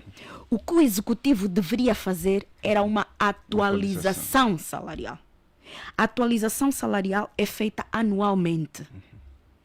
Anualmente, tendo em conta a taxa de inflação esperada para aquele ano, aumenta-se o salário naquela percentagem. Ou seja, se a inflação estiver a 2,5, nós vamos atualizar o salário em 2,5. Isso é atualização. Qualquer Estado minimamente organizado, justo, que queira fazer justa redistribuição da renda e da riqueza nacional, utiliza o mecanismo da atualização salarial. Temos a inflação e atualizamos os salários de acordo com a inflação. Para quê? Para permitir que os cidadãos não percam poder de compra. Agora, o que os sindicatos estão aqui a exigir é um aumento de salário. Ou seja, passarem dos atuais 32.181,15 que eles entendem que é o salário mínimo, não estão a ver o salário do setor da agricultura, que é 21, da indústria transformadora, que é 26, e da indústria extrativa, que é o mesmo, que é o 32 mil kwanzas, estão a exigir que aumente para 245. Na ótica da UNITA até estão a exigir pouco. Pouco? Sim. Qual seria a visão da Estão UNITA? a exigir pouco. Porque nós defendemos que o salário mínimo em Angola, tendo em conta todos os fatores, quer da nossa economia, quer daquilo que nós produzimos, quer da justa redistribuição da renda e da riqueza nacionais, nós deveríamos ter um salário mínimo de 500, o equivalente a $500. E essa proposta do sindicato equivale a $300. Essa mais ou menos, proposta do sindicato equivale a $250. $250, ok. Portanto, no nosso entender, até estão a pedir pouco.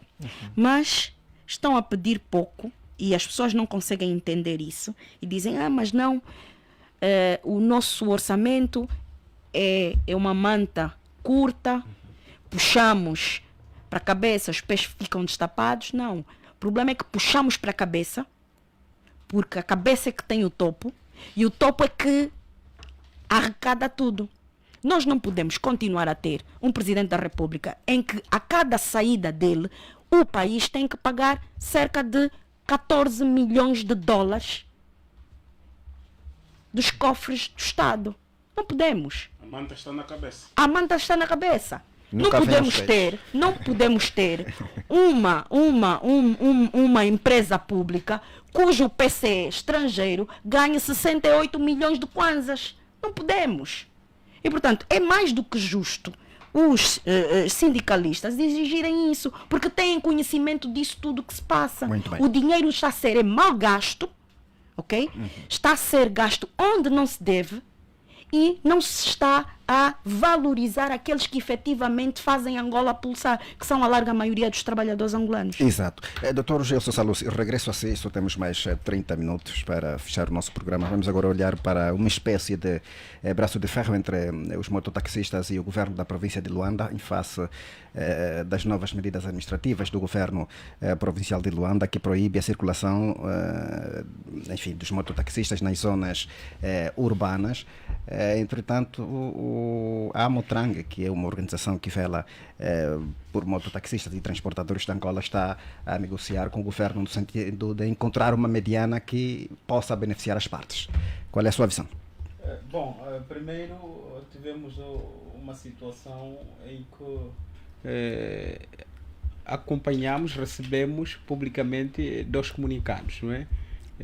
Um primeiro que fez menção em relação à restrição por parte dos mototaxistas em mais de 50, penso eu que são 50 vias onde não podem circular, e 2 dias depois, penso eu que saiu uma outra comunicação dizendo que não, ainda não estavam proibidos. O que deveria entrar em vigor seria um projeto de sensibilização e não só. É um comunicado que até ainda consegui ler hoje de manhã na página do governo provincial de Luanda. Justamente.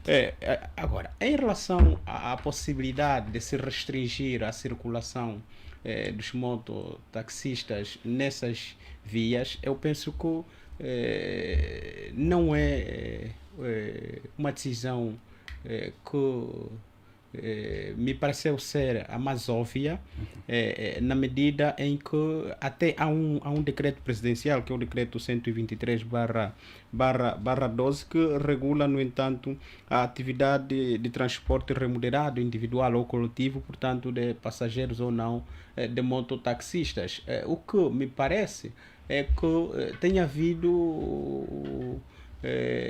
que expressão eu vou utilizar? Tem havido por parte das autoridades que têm responsabilidade de impor a ordem e não só um deixa andar, um laissez-faire, não é?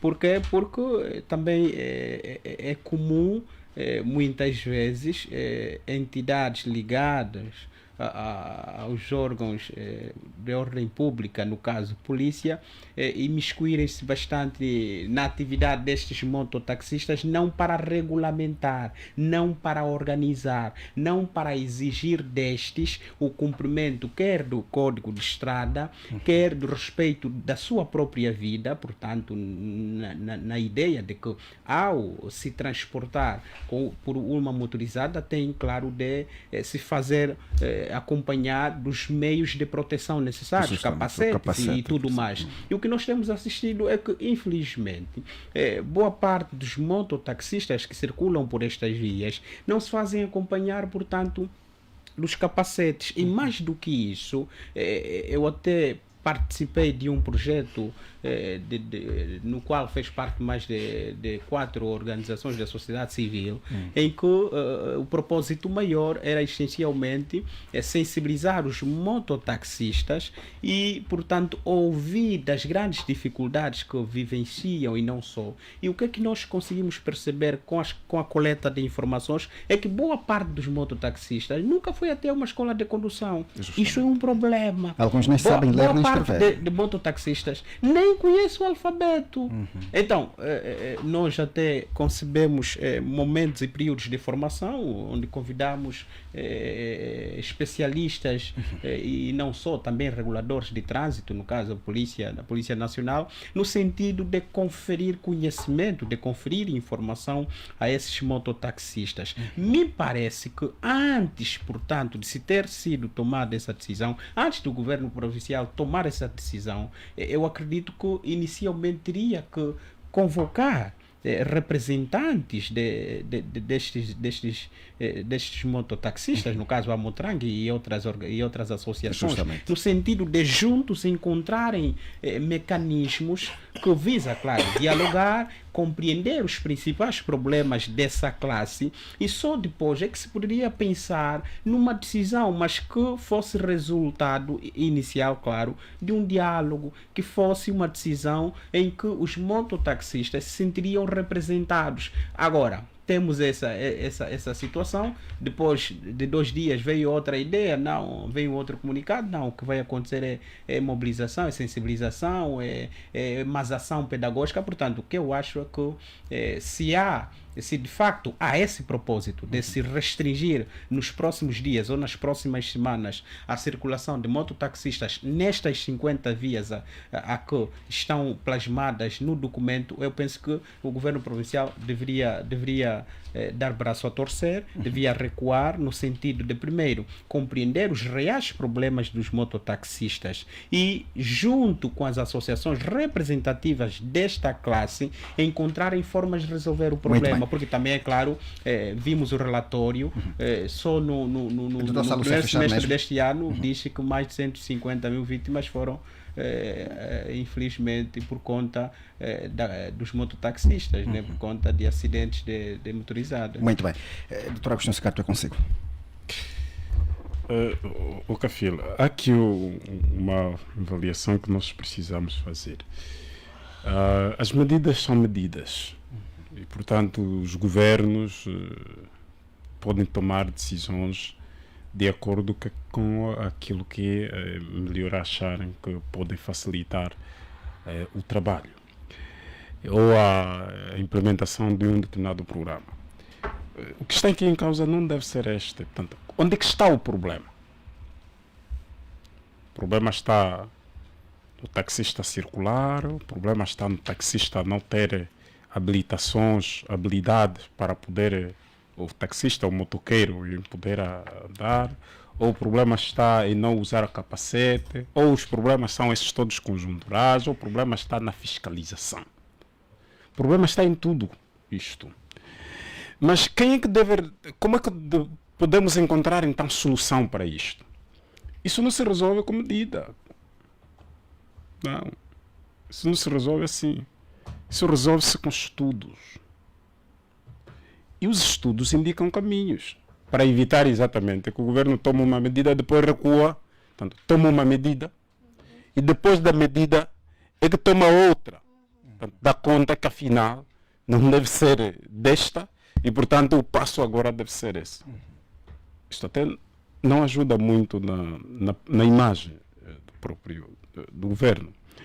E, portanto, há esta necessidade. Temos muitas universidades. Só mesmo em Luanda temos muitas universidades. Há centros de estudos. Há especialistas nestas ciências sociais que podem ajudar o governo da província de Luanda a ter de decidir sobre a mobilidade urbana em Luanda. E, fundamentalmente, decidir sobre quem é que deve ser o quê, como é que se deve trabalhar. A pergunta aqui é, em Luanda tem estradas onde os motoqueiros devem ser proibidos e tem estradas onde devem andar? Essa é que é a grande questão que se deve colocar. E qual seria a resposta então? O governo provincial vai responder. E a outra questão é, como é possível admitir-se um indivíduo que não tem habilitações a ter de levar ao trem? Portanto, alguma coisa está errada. De quem são as motos? Isso é importante. Assim como nós perguntamos várias vezes de quem são os táxis. E quem são esses mototaxistas? São indivíduos que têm problema de desemprego. É na mototáxi que encontraram a forma também de encontrar o seu sustento. Portanto, é um problema social. Sim, está. Temos dois problemas aqui que, para mim, sendo resolvidos, nós vamos ultrapassar este problema que não haverá necessidade de qualquer medida. Que é, primeiro, resolver-se o problema do desemprego. Esta é uma medida que se pode encontrar. Depois resolver-se o problema da mobilidade. E uma das formas de resolver isso é resolver o problema das estradas secundárias e terciárias. É verdade, em Luanda tem muitas estradas do que o número de carros que nós temos. Bem, portanto, para concluir, há esta necessidade de se tomar medidas para que, em vez de se andar atrás de quem não está com capacete, e porque não tem mesmo capacidade também de comprar o próprio capacete. Em vez de se andar atrás de quem está a levar pessoas e não tem carta de condução, e porque quem lhe deu a moto é um agente da polícia, porque também precisa aumentar um pouco no dinheiro, porque o salário está a atrasar. É outro problema, outro fator que nós temos. É um cidadão que precisa também aumentar um pouco do seu. Portanto, enquanto não resolvermos esse problema, os problemas sociais, o governo até pode tomar medidas. Atenção, não se está contra a medida. Está-se a avaliar a própria medida. Até que ponto é que essa medida pode ser realmente, de facto, execuível? Está certo. Portanto, o que é recomendável, então, esta é a minha recomendação, é o governo recuar, tal como recuou nesta medida, e recorrer-se aos estudos, fazer-se um estudo um pouco mais aprofundado e tomar então uma medida que se adequa de acordo com os estudos. Muito bom. Ficou essencial. Doutora Mihaela Weba, a sua opinião. Ora bem, o governo provincial de Luanda proíbe a circulação de mototáxis e veículos pesados no casco urbano. Nos anos 80, o casco urbano era o antigo município da Engombota, parte do antigo município da Maianga e parte do antigo município do Rangel. Isso para englobar o Largo 1º de Maio, o antigo Largo 1º de Maio, que tinha tripla jurisdição. Uma parte é Rangel, uma parte é Maianga e outra parte é Engombota. Hoje o governo provincial de Luanda acho que considera casco urbano todas as vias devidamente asfaltadas da província de Luanda, tendo em conta as vias escolhidas para a proibição da circulação. Mas a minha pergunta é a seguinte, e faz-me muita confusão algumas coisas que são feitas em Angola. Será que o governo provincial de Luanda tem legitimidade para restringir de modo ilimitado a circulação de táxis, de motos? Não tem? Eu penso que não.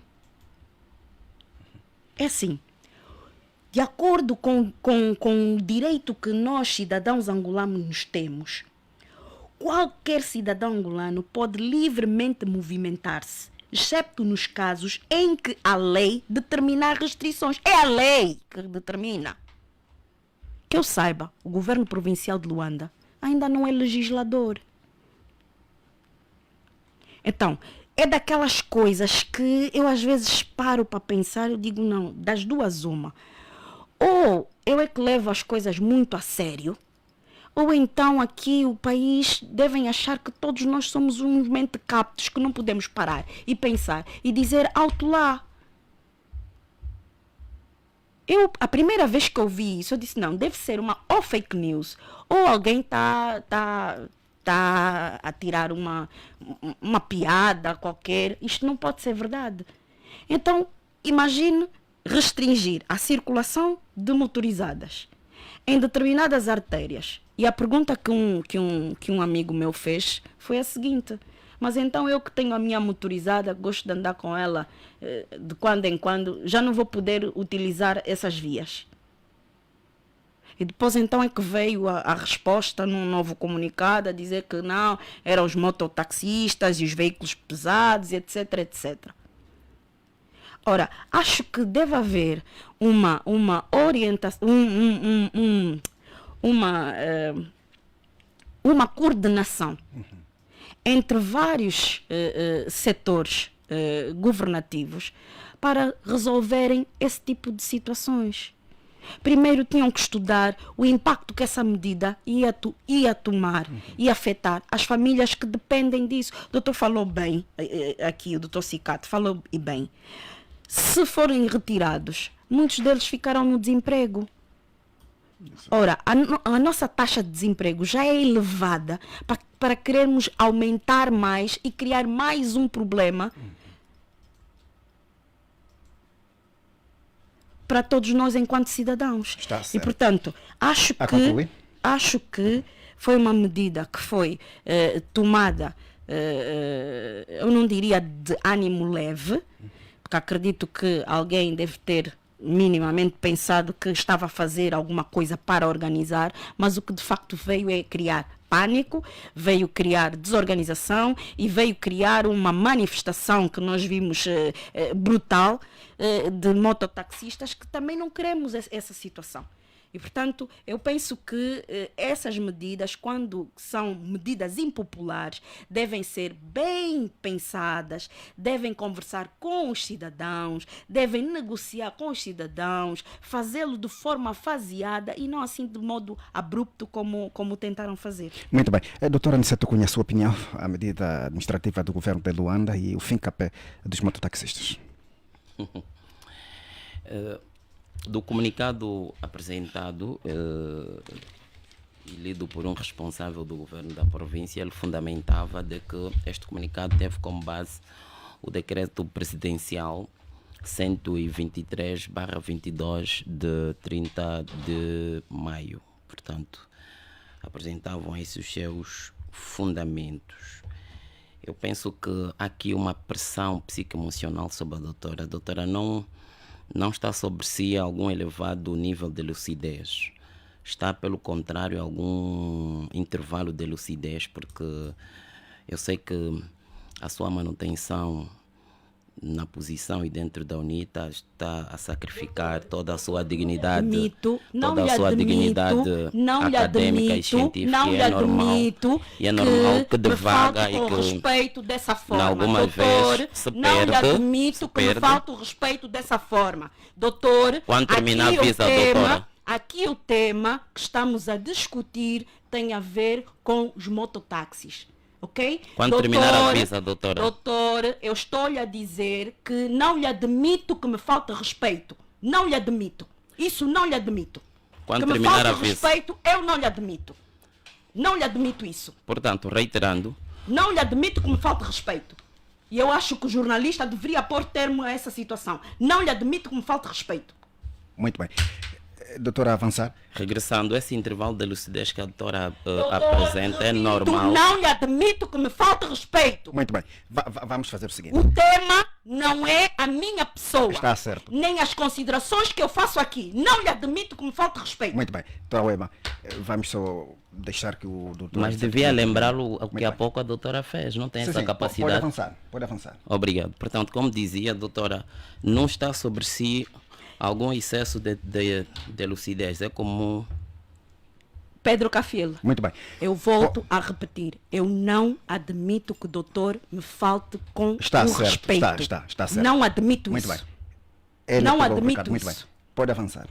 Se ele acha que não me está a faltar o respeito, eu repito, me está a faltar com respeito e eu não lhe admito isso. É normal, a doutora, enquanto jurista, eu entendo o seu limite de compreensão, mas vou continuar a minha abordagem. Portanto, houve argumentação suficiente. E aqui vamos compreender que as atividades de mototáxi nós encaramos-na como sendo uma atividade empreendedora que terá surgido por esforço das grandes necessidades e dificuldades das famílias, né? Que terá começado precisamente com os antigos combatentes no âmbito da sua reintegração. O que nós entendemos, primeiro, este ato de mudança social, aliás, qualquer mudança social gera alguma resistência, né? Ainda que esses destinatários sejam os primeiros, os principais beneficiários.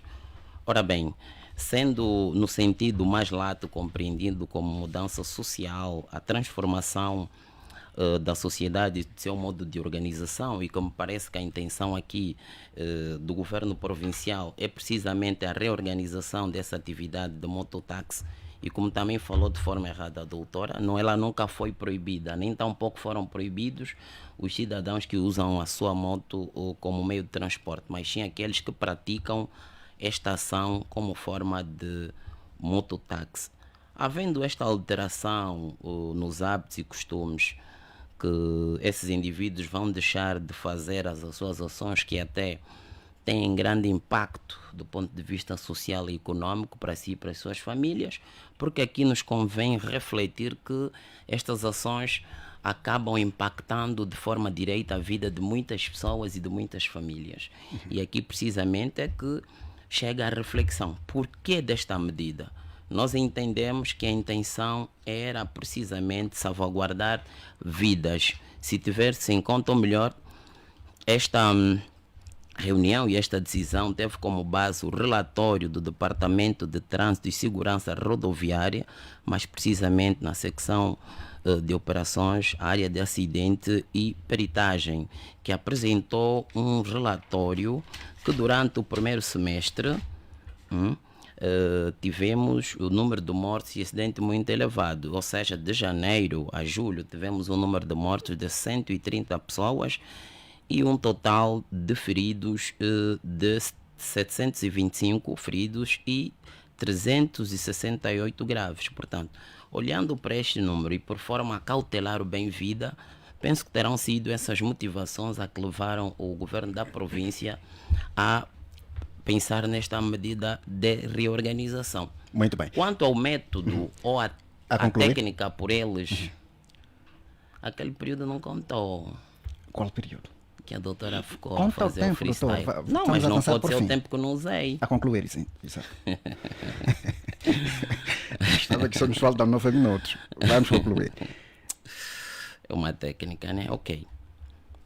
Como dizia, eu penso que o método ou a técnica utilizada para a comunicação, sim, pode ser interrogável, questionado, aliás, como tem vindo a ser feito. E os métodos, parece-me que foi o mais apropriado, porque se termos em consideração que aquele que decide levou em consideração uma determinada medida, eu estou a crer que foi uma medida de choque para melhor mobilizar o envolvimento de todos.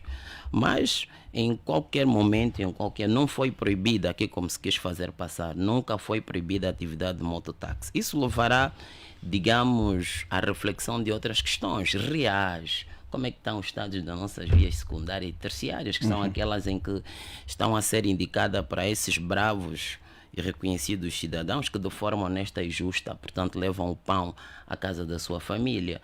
Isso poderá, de forma, digamos, direita, ter uma consequência, do meu ponto de vista, de melhoria dessas vias. Isso poderá, portanto, a classe, sei que ainda hoje decorre um encontro e penso que eles darão o seu contributo, porque são os sujeitos direitos dessa ação. Muito bem, está certo, ficou essencial. Exato, temos que avançar agora, vamos avançar para o último tema. A doutora Agostinho Secato solicitou a palavra, mas vamos já olhar para o apelo do Presidente da República feito em Malange para que a FAF resolva este escândalo de eventual corrupção que eclodiu no futebol, de forma a não prejudicar o campeonato nacional e o futebol angolano. É consigo. O meu ponto de ordem Pode começar pelo ponto de ordem, alguns segundos, e depois avança para o último tema. Pronto, o ponto de ordem era mesmo só um ponto de ordem. Era primeiro pedir, e eu gostava mesmo de pedir também aos meus colegas que é importante, nós estamos num debate, mas é importante também que o debate não revele para a pessoalização. Justamente. Vamos tratar o debate na harmonia normal do debate. Era apenas uma nota, mas também para dizer que os estudos são necessários. Por quê? Porque aqueles que recebem as motorizadas, e várias vezes nós vimos até o próprio governo oferecer, o governo, os partidos políticos até oferecerem motorizadas no período das eleições. Portanto, aqueles que recebem motorizadas têm-se a aferir que realmente estejam habilitados para poder. Mas isso não se refere assim da imaginação. Portanto, por isso é que a nossa recomendação é exatamente essa. O governo provincial estará melhor assessorado se recorrer aos académicos que poderão então ajudar. Mesmo essa questão que estamos a falar sobre as vias secundárias e terciárias, seguramente os académicos, os estudos podem indicar melhores formas, tanto de como é que se pode para o tema em questão, doutor. Em relação ao tema, eu devo pedir desculpas, entendo menos de desporto porque sou da equipa que ganha. E, portanto, não tem nenhuma equipa no campeonato nacional. Não, eu nos partidos faço parte da equipa que ganha. Okay. No desporto também faço parte da equipa que ganha. Portanto, em relação a essa questão, portanto, às palavras do Presidente, eu por acaso interpretei da seguinte forma, que o presidente estava preocupado também com o próprio campeonato, assim como todos nós estávamos preocupados. Já para isso eu sou da seleção, portanto a seleção quando perde sofro muito, por acaso. É a única vez que eu sofro em Angola quando a seleção perde. E portanto, creio que a orientação foi, apesar de que pode ser interpretado de outras formas, mas o meu entendimento como foi... ingerência nos assuntos da FAF, por exemplo? Pode ser. Há quem possa interpretar desta forma também, mas a minha interpretação foi no sentido de o presidente, na sua qualidade, há quem diga que pode ter feito na qualidade de cidadão. Não. Eu entendi, na qualidade de presidente da República, ele falou nessa também, qualidade preocupado.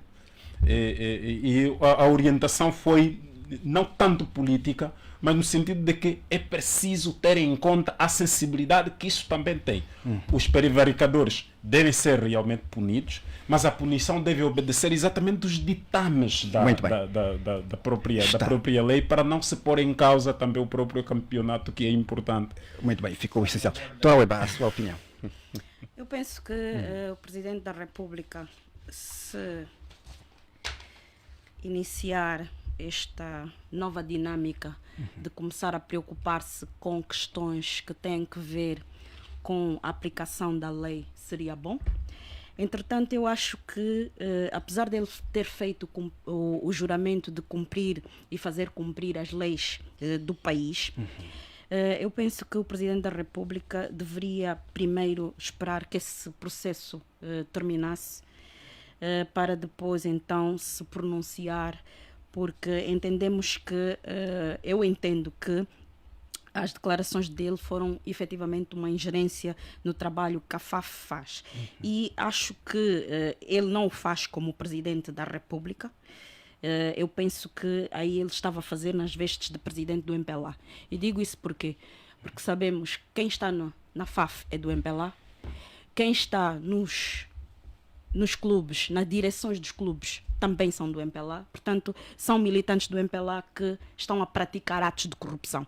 E são também militantes do MPLA que estão a tentar combater esses atos de corrupção no desporto. Agora, o que mais me impressiona é o facto de que, quando estamos a falar de corrupção, se voltarmos a uns anos atrás, na altura era presidente da FAF, o general Pedro Sebastião, que também é do MPLA. Houve um empresário... Pedro Sebastião não, é Pedro Neto. Pedro Neto, sim. Peço desculpas, Pedro Neto, que também é do MPLA. Atualmente é deputado pela bancada do MPLA. E na altura houve um empresário, Horácio Mosquito, também presumo que pela família que tem ligações ao MPLA. Ele vinha a público e utilizava a mesma expressão, se não estou em erro, que já não é gira-bola, é gira-batota. E apresentava uma série do recreativo da Cala, pois do recreativo da Cala, exatamente. E apresentava uma série de situações que hoje, chegados a 2023, são exatamente as mesmas situações.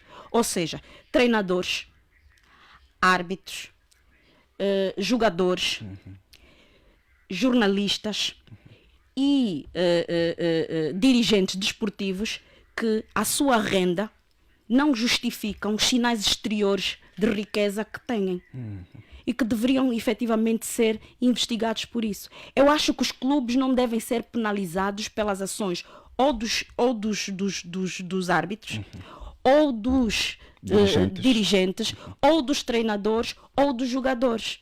Portanto, temos a questão da equipa de Lobito. Ora, aquela situação não foi potenciada por um dirigente, foi potenciada por um treinador e por jogadores. Ora, por que o clube é que é penalizado? Há qualquer coisa aí que está errada. Está certo. Doutora Aniceto Cunha, é consigo.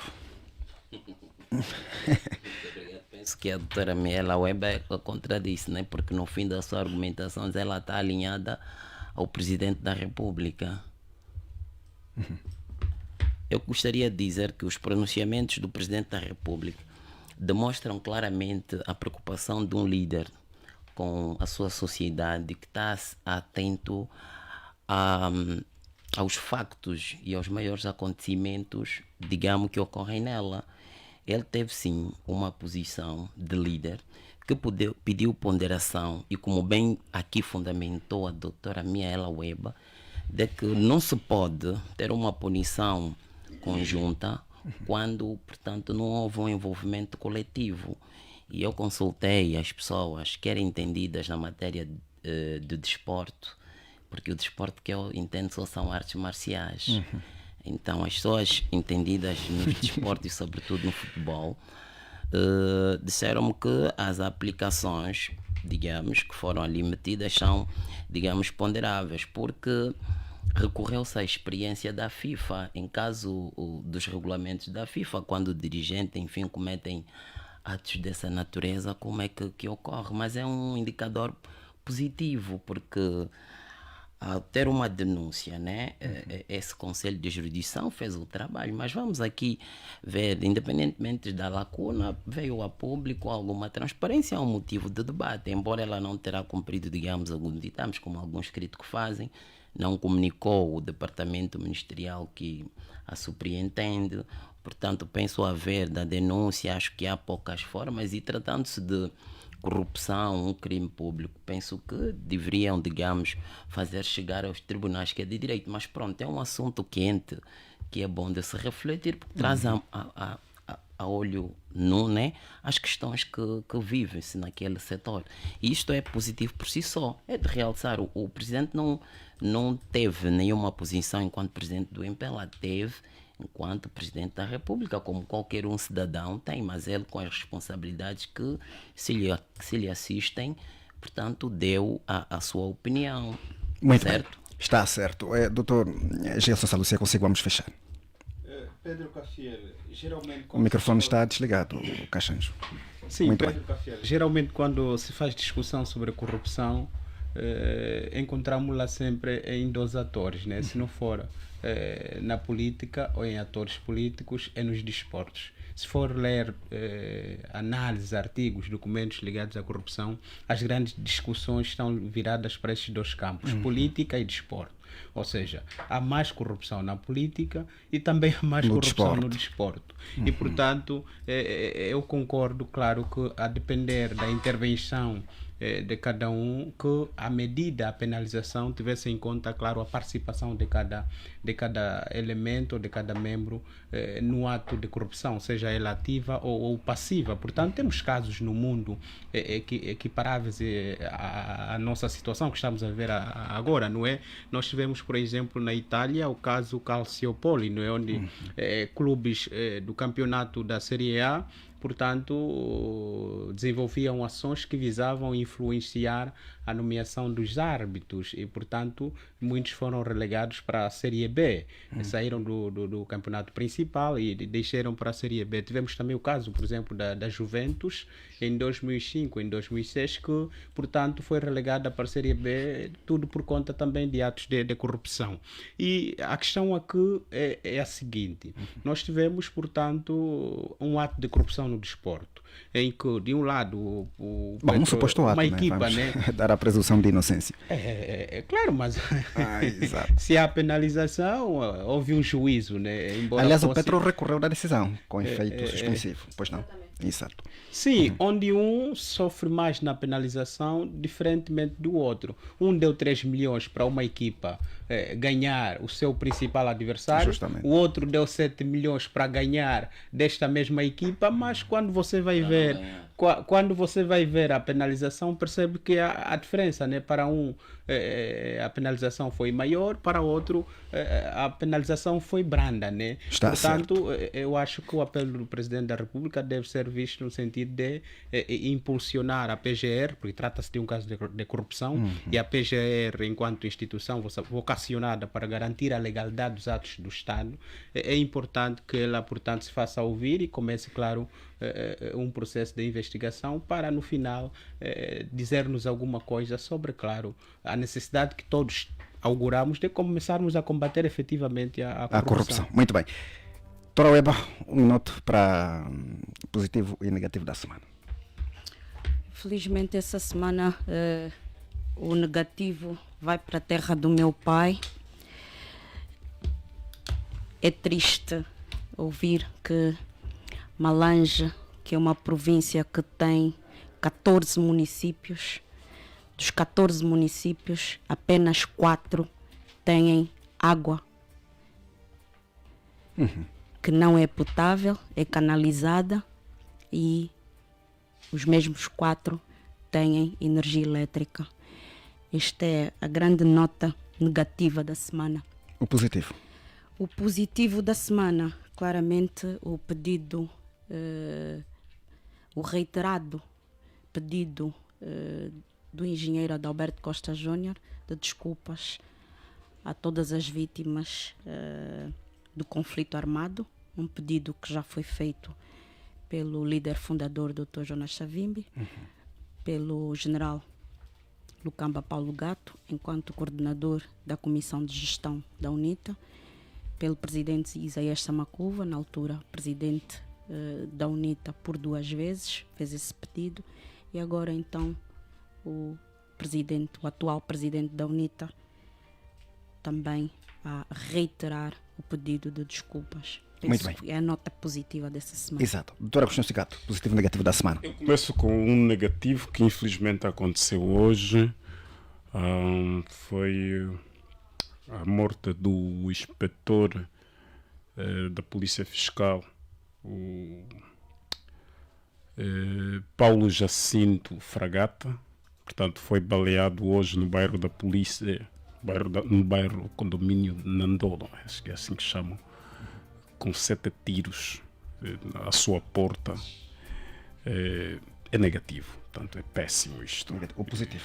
O positivo da semana, portanto, foi a atividade programada pelos jovens do movimento contestatário de Cacoaco, portanto, a terceira geração, a terceira divisão, portanto, que refletiu, para refletir sobre Angola, portanto, ditadura ou democracia. Muito bem. Doutor Aniceto Cunha, positivo e negativo da semana. Nunca quero terminar comigo. Não, olha a ordem que estamos a seguir. Eu sei, a estratégia. Bom, o meu primeiro negativo vai para o sismo nos Marrocos, pelo número de mortes causado, mais de 1000. E o segundo é precisamente para a conferência de imprensa apresentada pelo engenheiro Adalberto da Costa Júnior. A UNITA tem de compreender que os lutos nas organizações são normais e que para os psicólogos e os entendidos na matéria da psique determinam que há sim um período de compreensão, de gestão desse choque psicoemocional.